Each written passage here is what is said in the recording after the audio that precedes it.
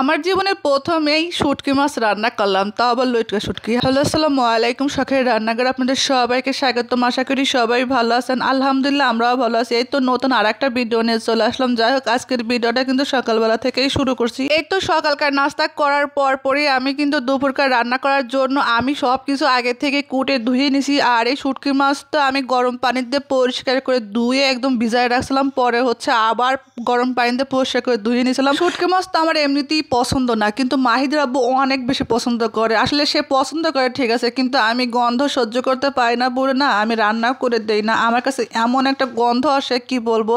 যাই হোক, এই লইটা শুটকি না একদমই তেমন একটা গন্ধ মানে পাই নাই আমি, অতটাও গন্ধ না। গরম পানিতে না আমি অনেকবার ধুয়ে নিয়েছি, এর জন্য হয়তো গন্ধটা তেমন একটা করে নাই। আর আমি সব রকমের মশলা দিয়ে একদম সুন্দর মতন কষায় তারপরে হচ্ছে রান্না করে নিয়েছি। আর এখানে না আমি আস্তে আস্তে রসুনও দিছি এখানে, যাতে গন্ধটা না থাকে। আবার আদা রসুনও বাটাও দিছি। জানি না কে কিরকম করে রান্না করে শুটকি মাছ। আমি কিন্তু অনেক আপুকে দেখছি ফেসবুকে, তারা হচ্ছে সুন্দর মতন মশলা কষিয়ে হচ্ছে এইভাবে রান্না করে। যাই হোক, তাদেরকে তো দেখেই হচ্ছে আমি রান্নার আগ্রহটা করছি। যেহেতু মাহিদের আব্বু পছন্দ করে, আমি খাই না তাতে কি, দেখি সে খেয়ে কি বলে। তা সে তো খেয়ে কি বলবো, মানে আমি রান্নার মাঝে কষাচ্ছি, সে বলতেছে খালি হয়েছে না হয়েছে না, রান্না হয়েছে না। যাই হোক, রান্নার ফাঁকে সে বলতেছে পেঁপে কাটে দাও, পেঁপে খাই।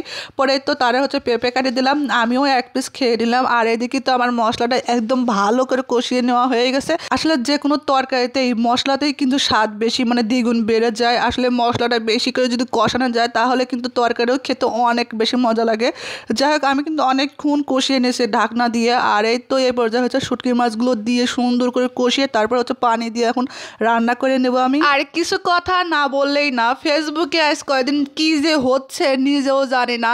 আর কে কে ওই লাইভটা দেখছেন অবশ্যই কমেন্ট করে জানাবেন। যাই হোক, আমি নাম বা কোনো কিছুই উল্লেখ করলাম না।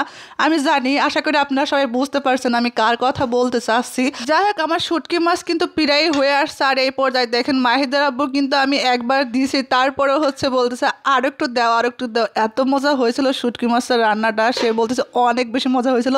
আমার তো রান্নার পরে সে তো লবণ চেখেই হচ্ছে বলতেছে আমার এখনই বাদ দাও, আমি এখনই ভাত খাবো। মাহিদের আব্বু কিন্তু লবণ চাকতে চাকতে একদমই অল্প একটু রেখে দিয়েছিল। যাই হোক, পরে শেষে ভাত দিয়ে খাইছিল। আর এই তো আমি এদিকে শাকটাও বসাই দিয়েছিলাম, যদি শুটকি মাছের গন্ধটা কয় এর জন্য, এর বয়তেই হচ্ছে আমি শাকটা বসাইছিলাম যদি আমি না খাইতে পারি।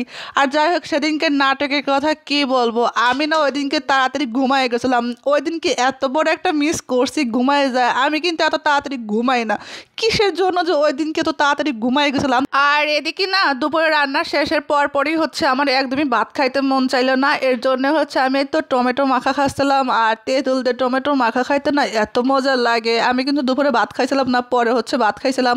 আর দুপুর টাইমে কিন্তু এরকম ভর্তা হইলে কিন্তু ভালোই লাগে, টমেটো ভর্তা। আর আমরা হচ্ছে দুপুরকার খাওয়া দাওয়া করার পরই না মেলাইতে ঘুরতে গেছিলাম। আর ওই মেলাইতে আমরা কি করছি না করছি ওই সব ভিডিও আর দেখাবো না, খালি একটা জিনিস দেখাবো, সেটা হলো চা। এটা হচ্ছে কি চা অবশ্যই কমেন্ট করে জানাবেন। আর এই তো চা খাওয়ার পর হচ্ছে আমরা চানাচুর মাখাও খাচ্ছিলাম। আর এই চায়ের ভিডিও আমি দিতাম না, অনেক আপুদের দেখছি এই চায়ের ভিডিওটা হচ্ছে ফেসবুকে শেয়ার করছে, আমি এর জন্য শেয়ার করলাম। আসলে এই চাটা আমার কাছে খেতে একদমই ভালো লাগে নাই, কিন্তু ওই আপুরা বলছে অনেক মজা অনেক মজা, এর জন্য আর কি দিলাম।